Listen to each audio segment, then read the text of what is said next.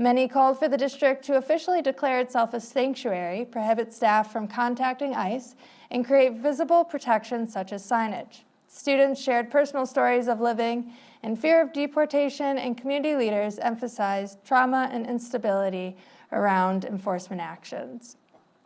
During the board's discussion, trustees clashed over next steps. One trustee, Jose Rodriguez, advocated for a formal resolution stating that the district opposes ICE in operations in schools. However, Kimberly Williams and other members raised concerns about the limit of the board's authority and potential misinterpretation of the term sanctuary, and the risk of jeopardizing district funding.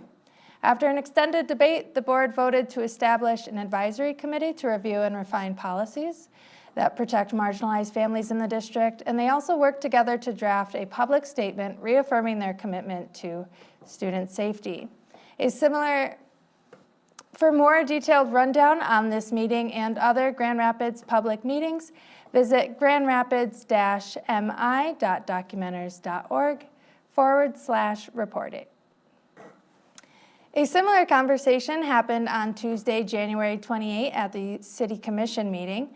Hundreds of people attended the meeting to urge city officials to grant the city sanctuary city status. City leaders largely had the same concerns that GRPS board members had, that calling Grand Rapids a sanctuary city would give a false sense of protection for undocumented families. GRPD Chief Eric Winstrom also said there's a risk of, quote, painting a target on yourself, unquote, for the federal government. Mayor David LeGrand said city leaders have, quote, an obligation to speak out on this issue in moral terms and do everything in our power to respect, honor, and support the members of our community, unquote. As news around these issues develop, it is important to make sure you are fact-checking your sources before spreading what could potentially be misinformation and further stoking fear in our community. In other community news, the City of Grand Rapids and Downtown Grand Rapids, Inc. have released new renderings for the Oxford Trail Rehabilitation and Extension Project that will create a linear park space in the Black Hills neighborhood, eventually linking to Roosevelt Park and Plaster Creek. This marks the first major investment in the trail since 2011 and is part of the larger Grand River Greenway project, backed by an $8 million investment from DGRI funds and an additional $1 million from the city. To ensure the design reflects local priorities, the city hired 7 neighborhood leaders to guide engagement efforts, which included over 100 residents participating through trail walks, community events, door-to-door canvassing, and multilingual outreach in Spanish, Swahili, Kinyarwanda, and English. That's it for city updates. When we come back from the break, we will be joined by First Ward Commissioner AliciaMarie Belchak to get to know her and to hear what's going on in the First Ward.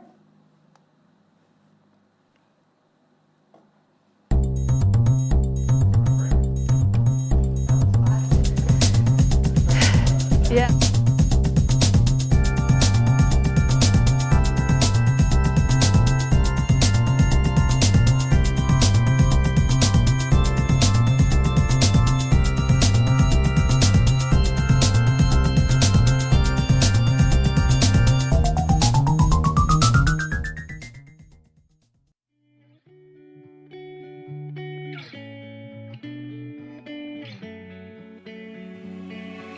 For over 30 years after humble beginnings as a public access TV station, the Community Media Center has grown to be an active, multi-platform media and technology assistance organization, encouraging and enabling our community to push the creative boundaries.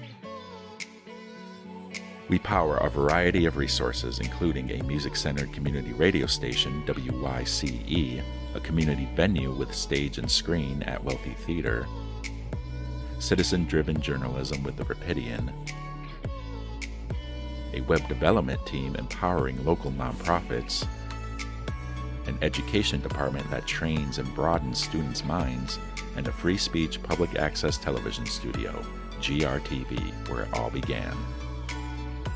By introducing audiences to new voices and ideas, we enhance community engagement and create connections between artists and audiences, enriching our city's cultural offerings. We empower and collaborate, with platforms and resources accessible to all and used by all.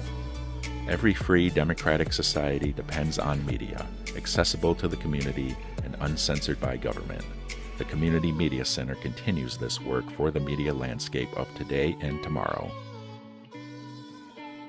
These platforms and services empower our neighbors to tell their stories and explore the richness of culture that Grand Rapids has to offer.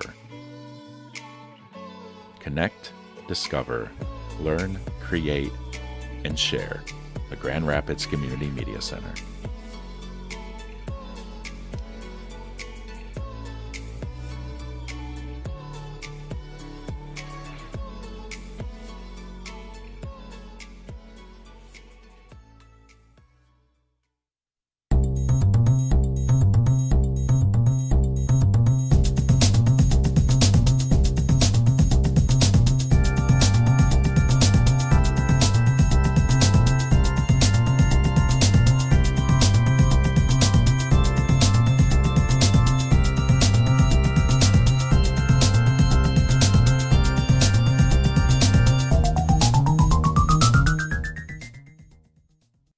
Welcome back to City Connection. I'm your host, Allison Donahue, joined by First Ward Commissioner AliciaMarie Belchak. Hi, welcome to our show today. Hi, thank you for having me. I'm thrilled to be here. Yeah, well, you're kind of new to the position. It's only been a month and a week, maybe? I would call it a month. I feel like I hit the ground running right after the election. The city staff and the manager had us in meetings and behind the scenes, and we sat in on work sessions, and I went to a lot of meetings, which I always watched anyway online. You can always watch the city commission meetings on YouTube and on Facebook. They're streamed live, but great way to watch it, washing dishes or whatever else you have to do around the house. So I feel like I was involved right away, but officially as of January 1st, I took my official seat, got my access to my email on January 3rd. So I guess we could just mention now that I am open, and I would love it if you have any thoughts, ideas, ways to make the city better. Happy to hear your complaints as well, but let's work together to make it a better place with some ideas. Anything and everything, you can email me at abelchak@grcity.us. So yeah, I'm into my email now and doing the real work, and had 2 meetings now, So you are new to representing the First Ward. What brought you to this role? That's a great question. So I'm the working mom candidate. I ran so that I could make the community as best as it can be and build long-term sustainability, affordability, business growth, safe, clean, healthy streets, and neighborhoods for my kids, who are the 3rd generation of First Ward residents, and for everybody who lives here. I think that we live in extraordinary and challenging times. I think that we're on the cusp of new things emerging, and it's up to us to make those things happen. And if not me, who? If not now, when? And I would like to think that I can be an avatar, but also a voice and a bridge builder to really represent the working class and what we need to bring to our city. And I'd love to empower everybody to do their best and be leaders wherever they're at. I'm sure for a lot of folks watching, this is their first time meeting you. I hope so. I hope it isn't the last. So what is one thing that you want folks to know about you as, now that you're a city leader, what should people know about AliciaMarie Belchak? Well, I've been told I'm very gregarious, and I like colors, I like gardening, I like people, but I really like watching people grow and change. And I've been watching for the last 30 years how our city has been growing and developing.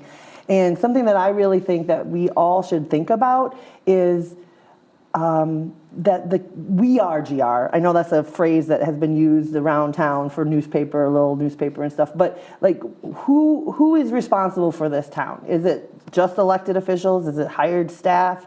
Is it the business owners? Is it the community? And when I say community, I want to be really clear. There's lots of different kinds of community. So which part are you coming from? We need to think of it as all of ours. And so if I can be the bridge for that, that's what I want to do. I have a bit of a background in environmental science and chemistry. I went to Aquinas College in the 90s, and then I went off to New York City and had my chance to do journalism at Columbia University and cut my teeth in the pre-2001 world when everything changed. And I, as an adult, have gone through like the Enron and dot-com bubble. I've gone through the housing bubble. I've gone through the COVID bubble. I mean, and I don't know what's next, but I have grown up and worked with a lot of uncertainty.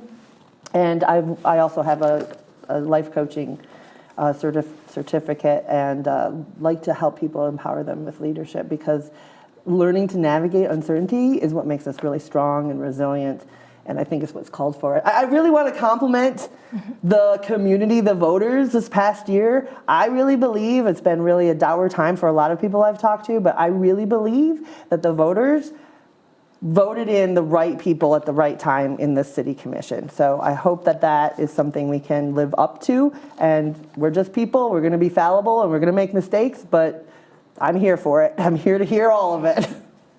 So what's one thing that you've learned since taking this position that you weren't necessarily expecting when you were elected in November? So the immediate thing I learned watching those first few meetings after the election is how much expectation is out there among all of you people watching or not watching, the community, the people who show up and say, please, let our new commissioners, let our new folks weigh in on topics. And so I immediately was aware of the responsibility. I want to say burden, but it's not a burden, it's a joyful burden to carry. Like, there's high expectations, and it's a bit daunting, right, to live up to those expectations. As the fresh voice. Yeah, as a fresh voice, as a out of the box, the dark horse candidate, whatever you want to call it. You know, the first woman to be elected in the first ward, like breaking glass ceilings is still a thing. Yeah. And how do we navigate that? So there's a lot of expectation, and coming into the role new, there's a lot of way it's been done and how it used to be, and expectations on the city side and the manager side, and just lots of expectations of like, this is how we're used to doing things. And someone called me a disruptor recently, and I really balked at that because I'm like, I'm not a disruptor. But then I got to thinking about it, and I'm like, oh, well, just by virtue of sitting in that seat and being a different set of eyes, a different set of ears, a different voice, I'm just asking questions, and already, you know, changes are happening and things behind the scenes. So that's one thing. And then the last thing I'll say on that is that, especially with the conversations we've had in the last couple of weeks that the community's been coming out for, is that they're like learning where the levers are. Where are the controls? Where are the powers? You know, just because I'm elected doesn't mean all of a sudden I have all this access to power. Right. There's a perception about that. So learning where can we make a difference? Where can we have power? What can we do? And sometimes the simple choice isn't always the best choice or the right choice, because I have a duty to think about a lot of aspects and a lot of things that I'm still learning about. So there you go. One of those topics that recently came up in a city commission meeting is that conversation that I mentioned earlier on in the show about folks came to city commission on Tuesday asking to have the city commission declare Grand Rapids a sanctuary city. But as mentioned earlier, that didn't necessarily happen, and there were a few reasons. One being that it gives this false sense of protection for folks. But I wanted to ask you, what was it like being in that room? I know that some of the public comments were emotional or powerful, but yeah, being up now at the dais, how does it feel being in that conversation? It is different. A little bit, being on the other side and in the bright lights, but mostly my sincerest wish and hope is that I'm just being present and truly open to listening and receiving. And I took a lot of notes. I tried to make notes about different people and different thoughts. And I wasn't really prepared to make comment, even though I was called on first by Mayor LeGrand. So I was a little distracted in my thoughts, but what I heard was, we care. There are people who are worried, that are concerned. We have real issues out there, and we have real people's lives being affected. And it's about, again, I go back to like, how can we care for our neighbors? How can we show up for people that maybe are outside of our normal bubble? Can we check on the people down the street? Have we shoveled their sidewalk or do they need help? Are they afraid to go out? And it doesn't have to be because you are a migrant or not. You are a resident of Grand Rapids. It could be the elderly. It could be the mom who's struggling down the end of the street. You know, we need to come together and look out for each other. And some of what I heard in that meeting was that's what they were calling on. Mm-hmm. And so I don't have the answers, but I do know that we have 2 really good policies put in place well before I ever came into this role. And we discussed those and tried to be proactive ahead of time by bringing them to the public because we were getting thousands of emails. It was very interesting to me on the other side of a campaign as a former community organizer and sort of activist. It's like, well, here you are sending out messages to legislators, but on the other side, I have no staff. It's just me. Yeah. So like being able to sort through and be able to do my job to find the emails that also are one-offs and not all the same. So I had to learn to get that. I would say I'm at about almost 4,000 emails just on the campaign side. So I want people to know I hear them. And they're coming from everywhere. They're coming from Kalamazoo, Battle Creek, Wisconsin, other places than like Grand Rapids. And it's really important that as a governing official, I look for and listen to the stories of the people who are actually living here because they are the ones that have ideas that are going to make the city better. And can I put a plug in for Mayor's Monday right here? Please. Because that's why we're doing Mayor's Mondays, is so that it's a two-way conversation, a two-way street. And Mayor LeGrand has set those up. You can go to mayorsmondays.com to find out. There's one tonight at 5:30, or is it 6:30? 5:30. Yeah. Yeah, a little bit more about those. My understanding, it was the mayor's response to the fact that usually the commissioners can't respond during, like when folks bring issues to the public comment section. And it's frustrating for the public to have the commission just sit there while they're talking to, but that is typically the policy. So I think it's interesting that the board did respond to this Tuesday meeting. We're trying to be more vocal. I think the new folks, myself, I think Commissioner Kilgore, we come to this with a proactive approach that we want to make sure people know we're hearing them, and we don't want to just have it be a 30-minute meeting. I mean, don't want it to be a 4-hour meeting every time either, but we want people to know we're thinking, we're hearing, we're reacting, but I also want to encourage people that there are other places to plug in beyond the public comment section. We've got committees and commissions. There's the Planning Commission, the Public Safety Committee, the Housing Board, GR Mobile. There's all these other places. Sometimes they have public comment time, sometimes they don't. But just showing up or watching those videos on YouTube and other places is important because that's where some of this work is like working and then filtering its way up to where the whole commission looks at it. And the other place, of course, is reaching out by email and one-on-one. I'm trying to meet with as many people and groups as possible. That's kind of my goal for first quarter. And then building these systems. We don't have a constituent response system other than the 311 system, which is really for problems. Am I talking too much? And yeah, I just want to see us do better with constituent resident communications, and that includes in the community where people are at. And that's why Mayor Mondays matter, because I can't have the ideas, the mayor's not going to have the ideas, but together we might have the ideas. So there you go. So let's talk a little bit about the first ward. What would you say are some of the bigger challenges facing the first ward right now? And if you had to pick one major priority for the next 2 years, what would you pick? Wow, that's a tough question, right? One priority. And you've got to stick to it too, because you're promising here. I'm making promises by accident. So the big topic besides safety and security, which means funding our police, our fire, our public safety people, and expanding co-response mental health models and things like that, which is one bucket. We also have the huge bucket of housing and affordability and accessibility to make sure that we have what we need, not just for the first ward, but across the city. And then the third thing I would think about would be resiliency and sustainability. How can we build infrastructure, redo infrastructure if we have to, so that we're thinking far into the future, not just what do we need now, but what is it going to be in 20 or 30 or 40 years? Like, we don't want something, God forbid, like LA to happen here. The heat sinks that we have by just the fact that we have lots of buildings and concrete and things like that. What can we do about air pollution so that we breathe healthier air, and particularly in certain neighborhoods, that's a real concern. So some of the things I've been working on just this last month is I've been meeting with different developers, and I'm really happy to kind of like put a couple up for examples. We've got the Kent County Habitat folks who are building a 27 unit like buildings and up there in off of Granville Avenue kind of area, and they have this beautiful view facing north towards downtown off of this big hill. Oh, yeah.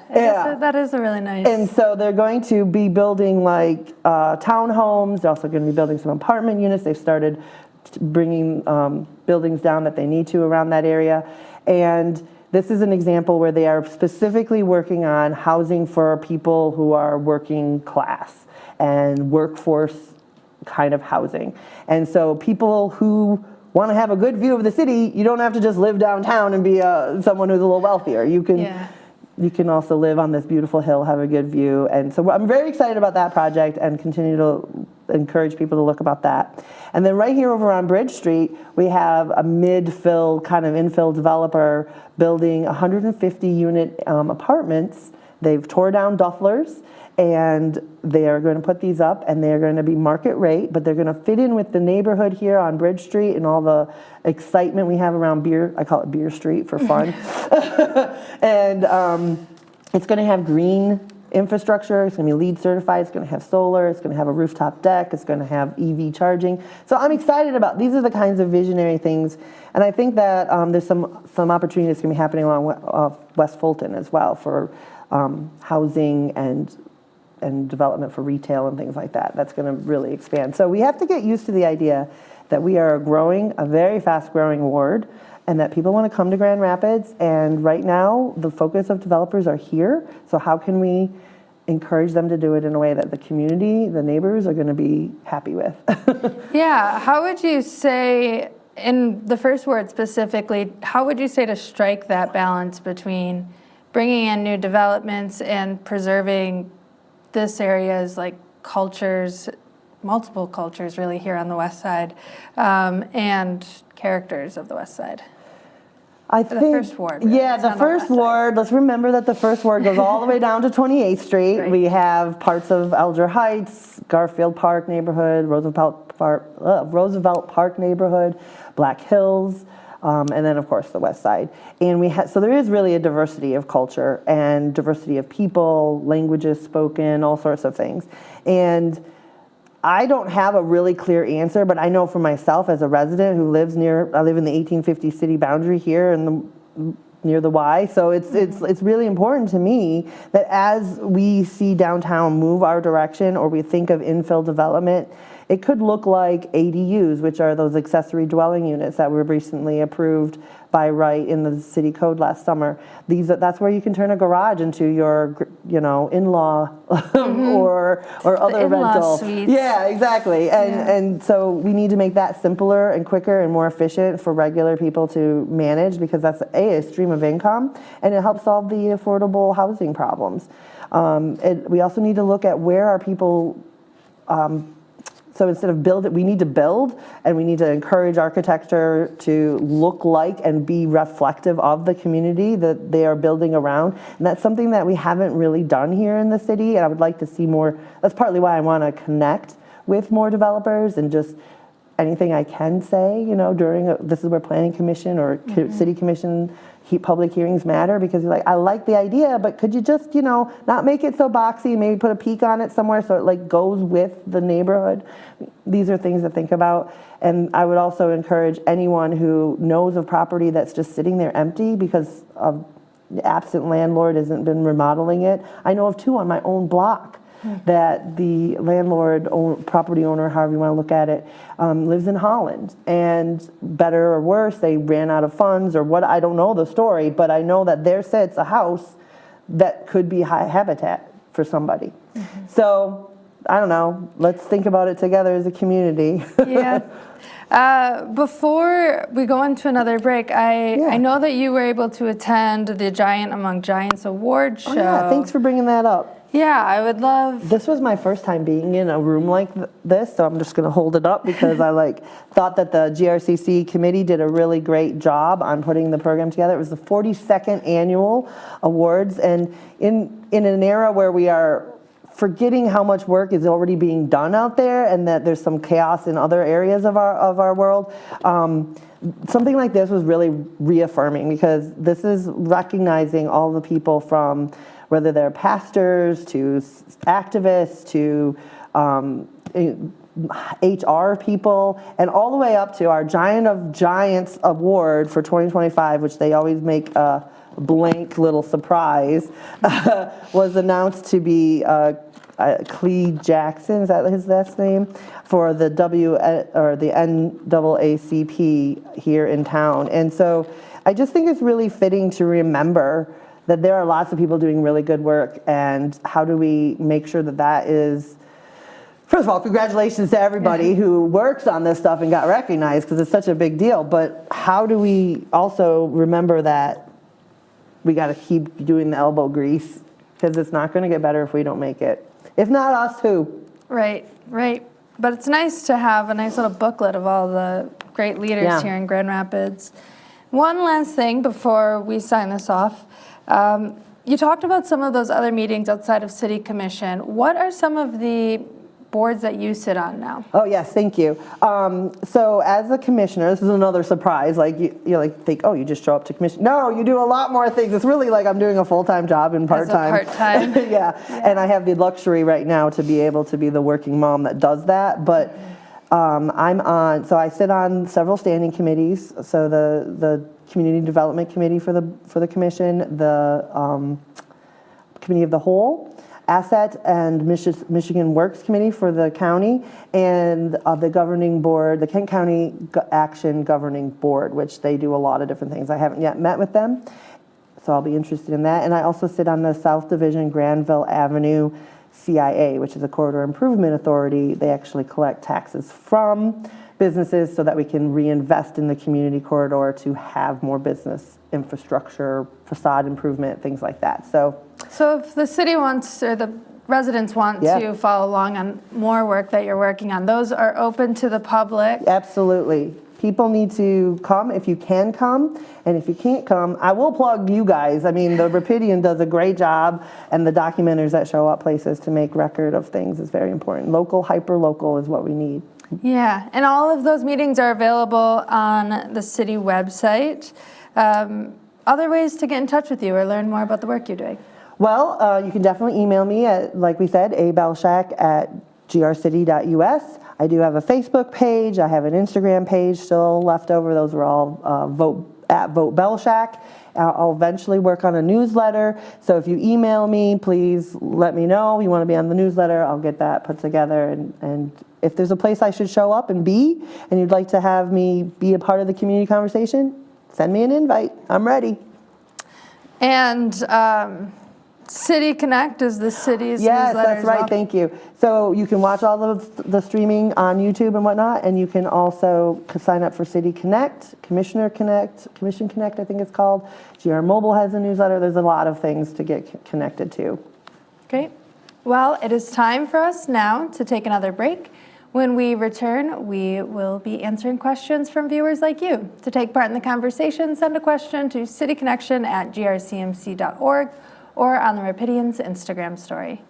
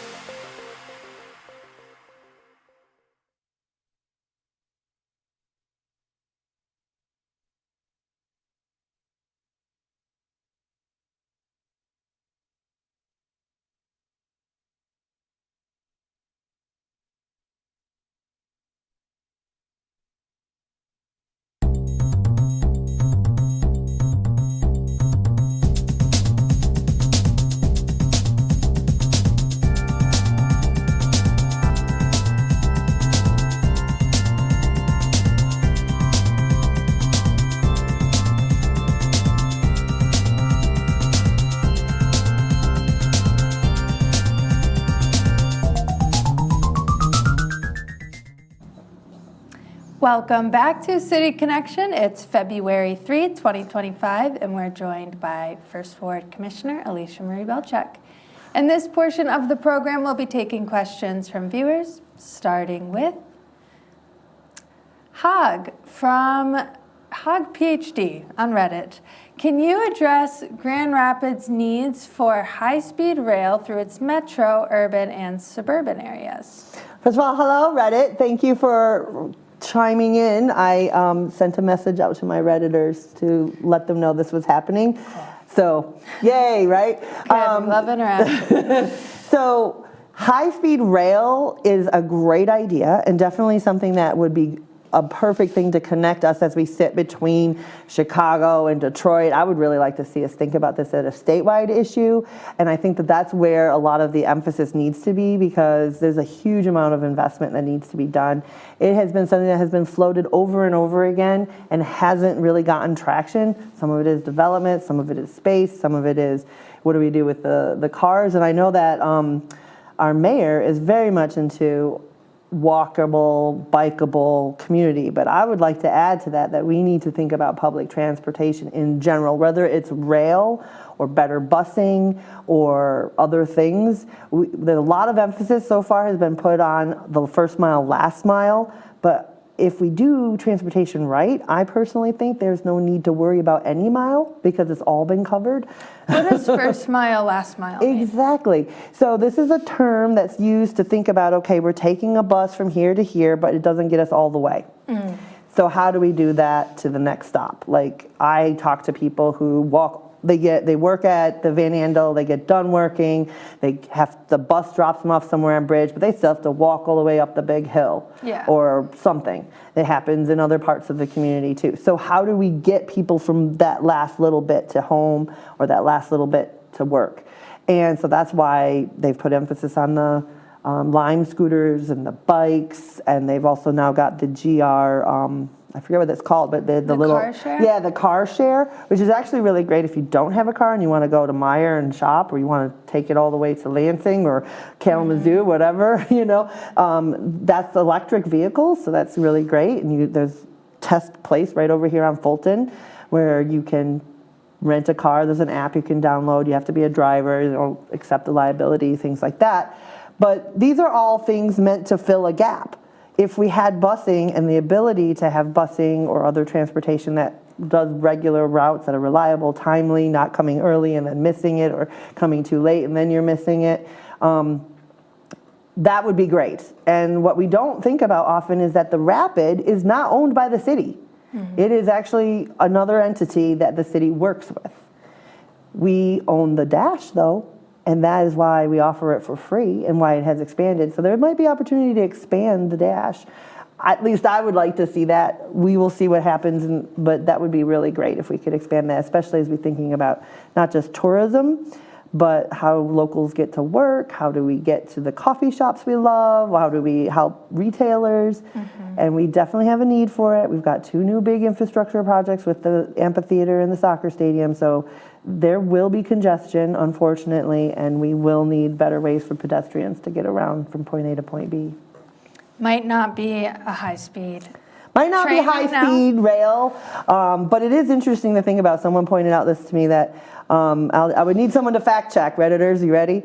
That Grand Rapids, about 26 square miles, is about the same size as Paris.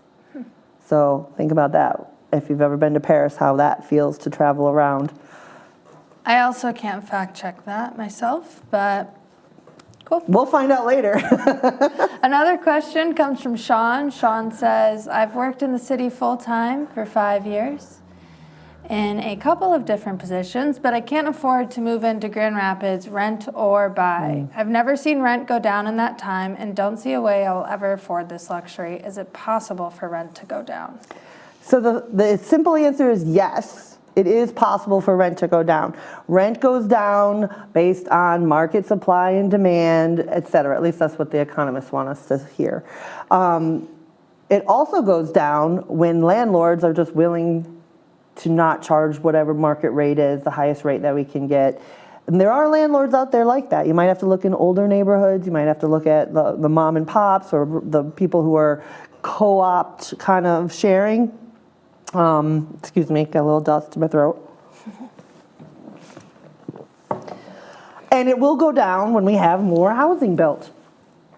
So it's hard to see things like Fulton and Market get built, which will be coming online.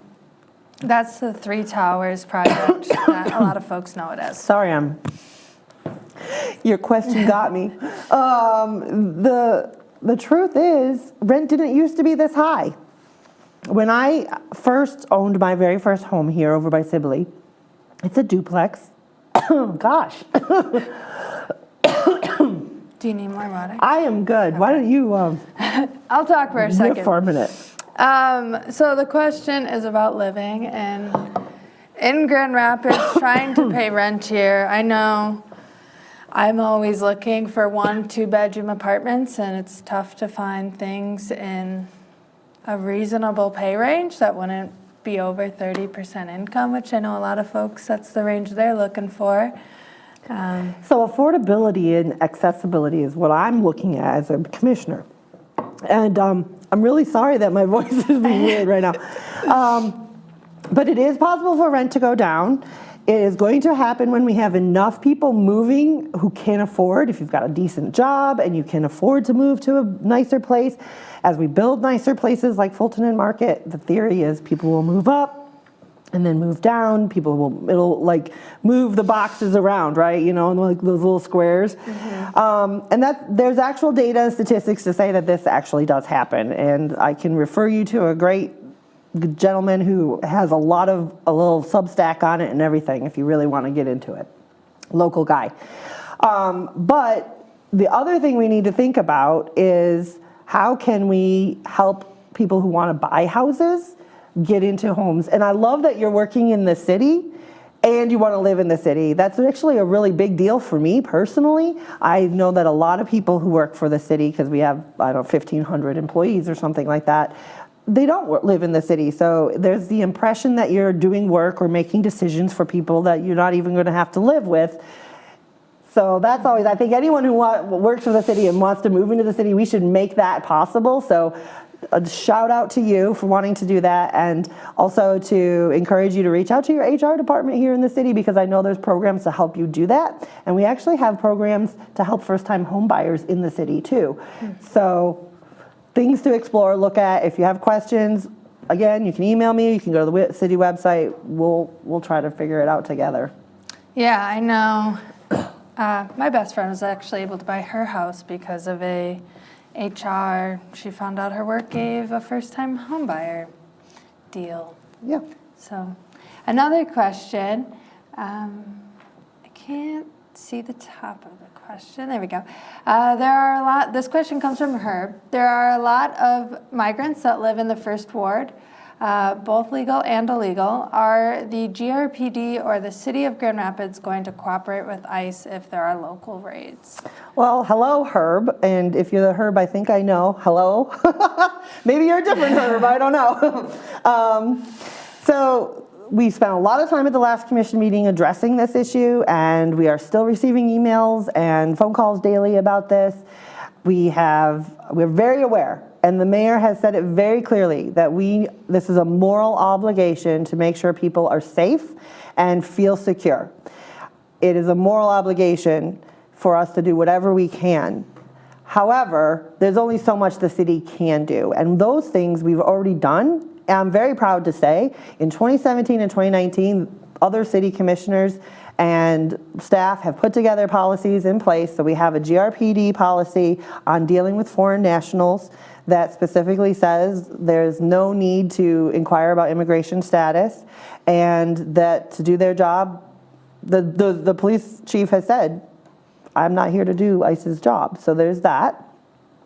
The second thing is that we have a policy in place from the commission side that says all staff and elected officials are not to inquire about immigration unless it specifically is required for whatever particular federal thing that needs to be done, like a passport, right?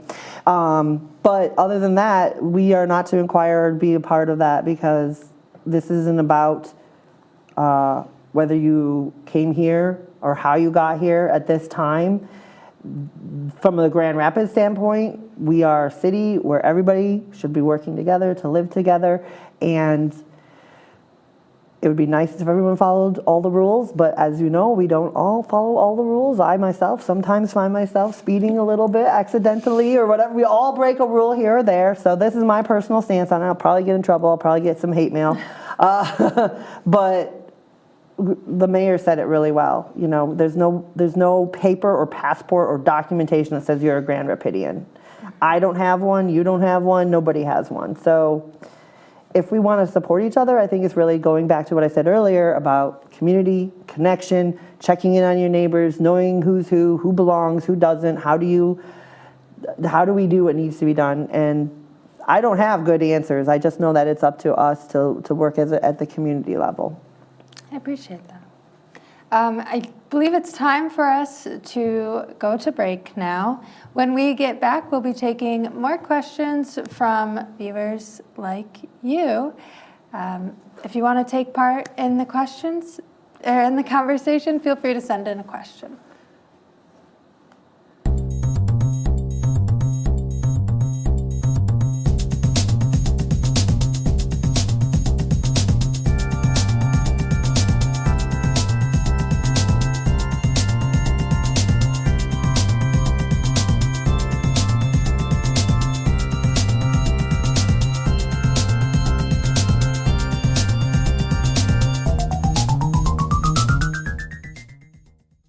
It's morning in Grand Rapids. Do you know what's going on in your city? Stay informed about what's happening in your community with The Rapidian, your source for hyperlocal news and information. The Rapidian is a community-focused news source powered by local residents like you. Our volunteer writers and reporters create content that hits close to home about topics like local government, business, schools, events, and people. The Rapidian goes beyond the headlines to provide in-depth coverage of issues that affect Grand Rapids directly, so you can stay in the know. We aim to uplift the community by sharing positive, inspiring stories of growth, progress, and neighborhood pride. The Rapidian is your neighborhood newspaper for the digital age. Follow us on our website and social media to stay connected to your community. This is The Rapidian.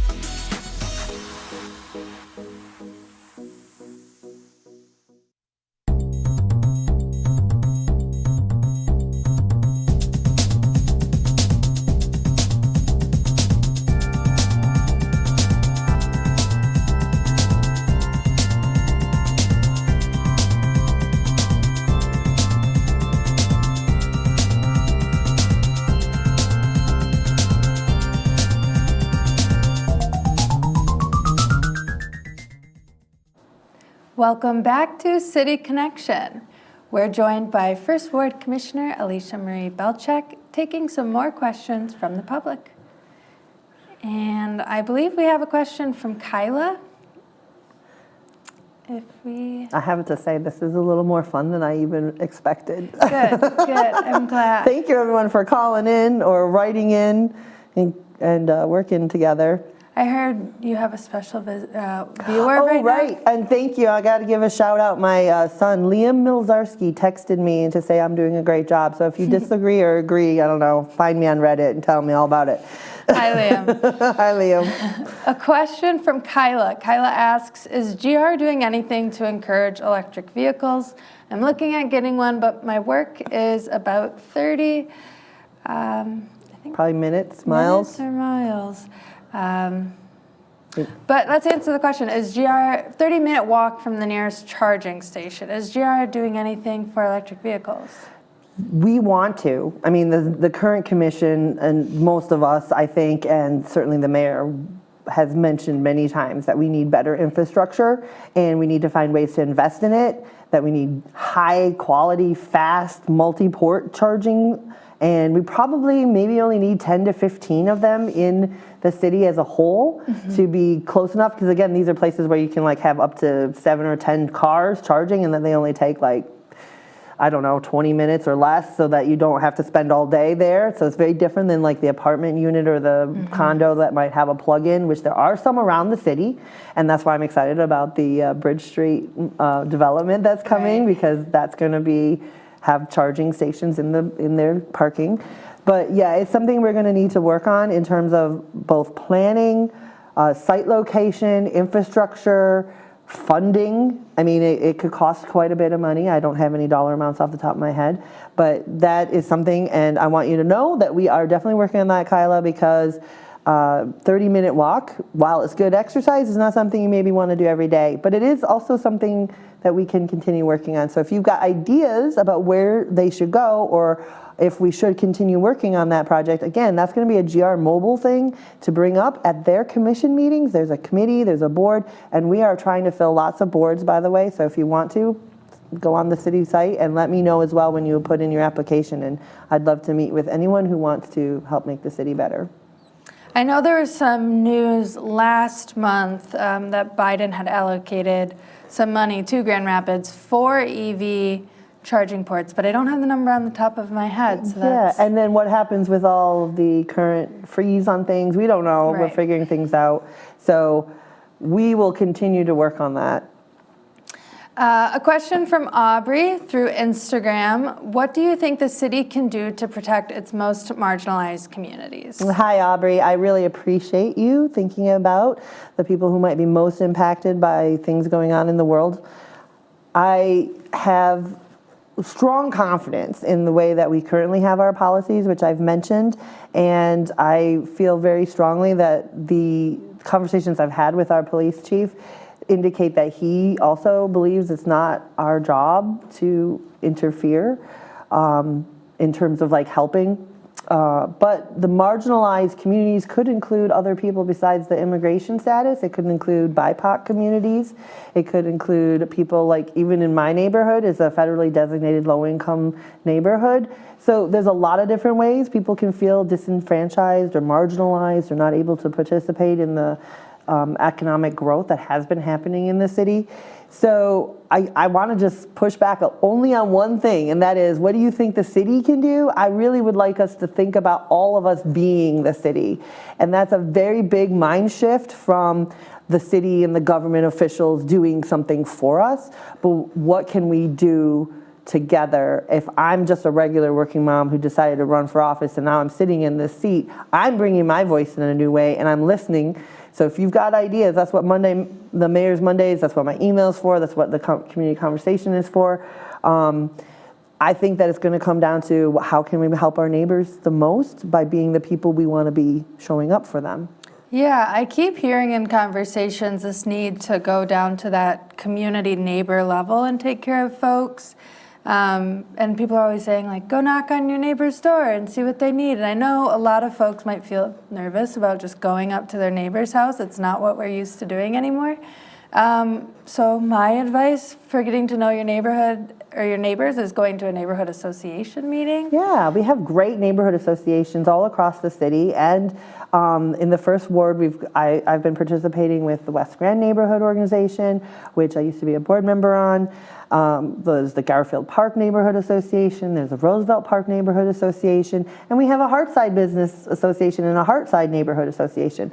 So I can't emphasize enough, like it's kind of old school, but go back to that model of Mr. Rogers. Mm-hmm. And like, how do I know what you, more than just talking like hi, bye, like hello, what do you need? Do you need a gallon of milk? Where do I feel comfortable? If there was a fire in my house, do my kids know it's okay to go to the neighbor's house and make a phone call? There's a lot of thinking that we just haven't really done because we've become so siloed after social media and after COVID. And so this is why I'm really pushing back. Community connection. Isn't that what we're doing here? This one's called City Connection. City Connection? Yeah. So Aubrey, thank you for your question. Well, I'll be happy to hear from you directly what ideas you have. Another question's coming to us from folks on Instagram. Chelsea asks, why is the city of Grand Rapids not doing anything to limit the number of properties a rental company can own? Wow, that's a great question because it's so easy. This is, again, one of those, like, it seems so simple. Why don't we do rent control? Why don't we do this? It's not as simple because I'm going to say something that you're probably going to hate hearing. Last I checked, we're still in a free country. And that means that an individual who owns property has a right to own as much property as they can afford, whether we like it or not. Now, if you're really talking about like commercialized large companies that are owning property, we do need to think about that. The West Grand Neighborhood Organization knows for a fact that that's part of town is like over 50% rentals, and they're more and more being owned by companies. We don't need that because that puts pressure on the housing market that we already are feeling. But there's also some misconnect because when I did the census, I did a lot of knocking on doors in 2020. And I learned that there's a lot of mom and pop landlords. And they go through property management like the American Realty or United Property Management or Third Coast or all these other companies. Local. Yeah, even like Farm. Yeah, Urban Farm. Yeah, that one. There's a lot of those companies out there, and all they are is a middleman. It looks like a company owning the place, but it actually is a mom and pop person who just doesn't want to manage their thing. And they cost an arm and a leg or whatever, you know, what word you want to give, because like they require, just to participate, I looked into it for myself, and they want so much money up front for maintenance and then out of your rent every month. And for someone like me who wasn't charging $1,300 a month for rent, it didn't make sense. So just be aware of that. We got to be careful about what we're looking at and making judgments about. But the simple answer why we can't do anything to limit the number of properties is that we haven't done a full inventory and study. I don't know who owns what, and it's a free country. So how do we do that in a way that makes sense and is legal? We have another question. And we're getting to the last bit of our show, so I want to make sure we have time for it. This one comes from Nathan from YouTube. Nathan asks, what are some concrete steps we can take now to help solve our city's housing crisis? The new master plan is great, but the zoning ordinance rewrite isn't supposed to be available for 2 years yet. So this is really the next hard work that we're going to be doing as a city commission this year. We have to get the city master plan, which, by the way, was phenomenal. I participated in different community meetings. My kids participated. Sounds like this gentleman participated. Like, it's a good, robust plan. And there's pieces in it that are still kind of just like penciled in and sketched in. What does it really mean to be a vibrant city? I don't know. What does it really mean to have balanced mobility? I don't know. Sounds nice. It sounds nice. So we got to put those pieces into play. And so the zoning, aligning the master plan with the city's strategic plan, with the zoning, and then I would argue there's even more wraparound things that maybe haven't been done in terms of goals, priorities, and things like that. That's why it takes 2 years. That's why they say it won't be revealed for 2 years, because there's all these different processes, the planning commission and things like that. But on this front, and also back to some of the housing issues that people were bringing up, we have something brand new in Grand Rapids that we haven't talked about yet, and that's the land bank. And it is just in the process of really being established. It was voted on and approved last fall. We've got a temporary board in place. I say temporary because they kind of ad hoc included the same people that do the Brownfield Authority. And there's a little bit of a movement that we would like to see possibly a different board set up specifically for land bank, because land bank's a little different than Brownfield. But the two are kind of similar. And as far as I know, this past weekend was the deadline that whatever properties the state was holding would be coming to the land bank right here around the 1st of February. So we may be owning property this week for the city to say, listen, this is something we now own. We can now sell to the right developer for the right project for the right price. The city gets to make money, put that back into affordable housing or more property or whatever. So that all has to be put together. The master plan is just the outline. We now get to fill in all the details and color it in. You think you can handle one more question? Sure, quick? I can do it. I'll do quick. This one's from Faust on YouTube. What are your thoughts on making Grand Rapids more friendly to ... pedestrians and cyclists? The protected bike path on Turner is a great start. Are there any others in the works that you can share? So I'm not familiar with what exactly is going on. Again, this is a GR Mobile kind of project, and it's interesting that I'm glad you like the Turner bike path, because there are people who hate it. So the neighbors who live there are not really thrilled with how it divides their road and then walking up and down 2 sets of curb and things. So I think there was some accessibility issues long term. So I think there's ways we can definitely keep doing it better. But I will say this, that I am not speaking out of turn when I say that Mayor LeGrand is all about bikes and all about pedestrians. And so I am sure we are going to be doing a lot under his leadership to make sure that we have a bikeable, walkable neighborhoods, streets, and we need to continue to think about safety. I think public safety, and if I can say one thing to all of us residents out there who have cars, please slow down. Please slow down. I catch myself. We got to slow down, and we got to look for people. My own child last winter at the end of January was hit by a car crossing the street to school. Luckily, she's walking, talking, and everything, has only minor vertebrae injury, but let's remember that we're all here in this community together. So thank you. Definitely. Well, we're just about out of time. I want to say thank you for coming on our show and giving us a lot of insight into the First Ward and the work that you've been doing the last month. It's a lot of fun being here. I hope I get to come back. Of course. And thank you to all of you for tuning in and sending in your questions. Don't forget, you can always watch rebroadcasts throughout February on cable GRTV's Channel 25 or the GRTV YouTube page. See you next month, Grand Rapids.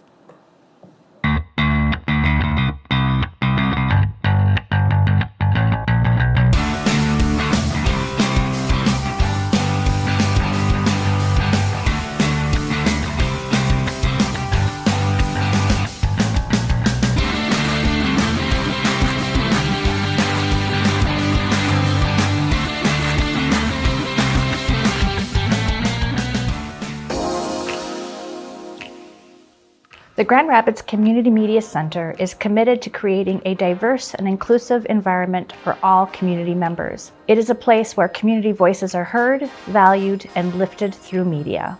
We seek to provide area residents with a platform to participate in free speech, be engaged with the community, and share their diverse voices. As a multimedia platform organization, we provide and support a variety of community resources, including our radio station, WYCE 88.1 FM, our TV station, GRTV, our hyper-local news program, The Rapidian, web services, and our historic theater, Wealthy Theater. WYCE is West Michigan's only community radio station that is listener-supported and volunteer-powered. WYCE uses local voices to help listeners discover and celebrate different services, cultures, and events. What I really like about programming music in WYCE is I get to not only interact with listeners and local musicians, but I get to put together a musical collage every week and give it away to the universe. As a volunteer programmer, you get the training on how to use equipment, how to access music from the library, and how to put together a great show that showcases local and national artists and still has your creativity included. The Web Services Department helps West Michigan nonprofits connect, learn, create, and share through locally built and accessible websites. We help nonprofits strengthen their online presence by developing one-of-a-kind websites tailored to their specific needs.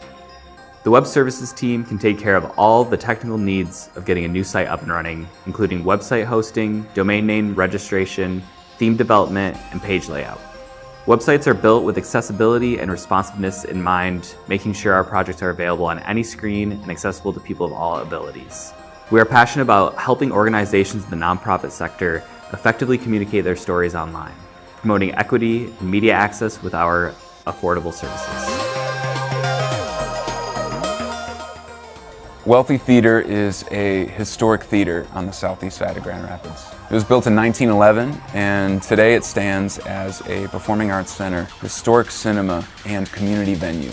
We provide a space for community connection. where community members can get together, enjoy different shows and different events. From concerts to comedy, musicals, theater, film screenings, you name it. Anybody from the community can sign up to be a member and rent one of our spaces to host their event. We have a staff here at the theater that helps make all the events here happen, as well as a great community of volunteers. The goal is to bring the community together, bring audiences together, artists together, create experiences where those two can connect. Whether you're an audience member who wants to come see a show, or you're somebody who wants to put on a show, Wealthy Theater is a space for you. The Rapidian is a hyper-local news source powered by, for, and of the people of Grand Rapids, Michigan. We launched in 2009 using funds from local organizations and generous donors, and this community-driven platform empowers residents to share their stories, post articles, and keep track of local events and issues. By emphasizing citizen journalism, the Rapidian provides a unique grassroots perspective and a vital news service for the residents of Grand Rapids.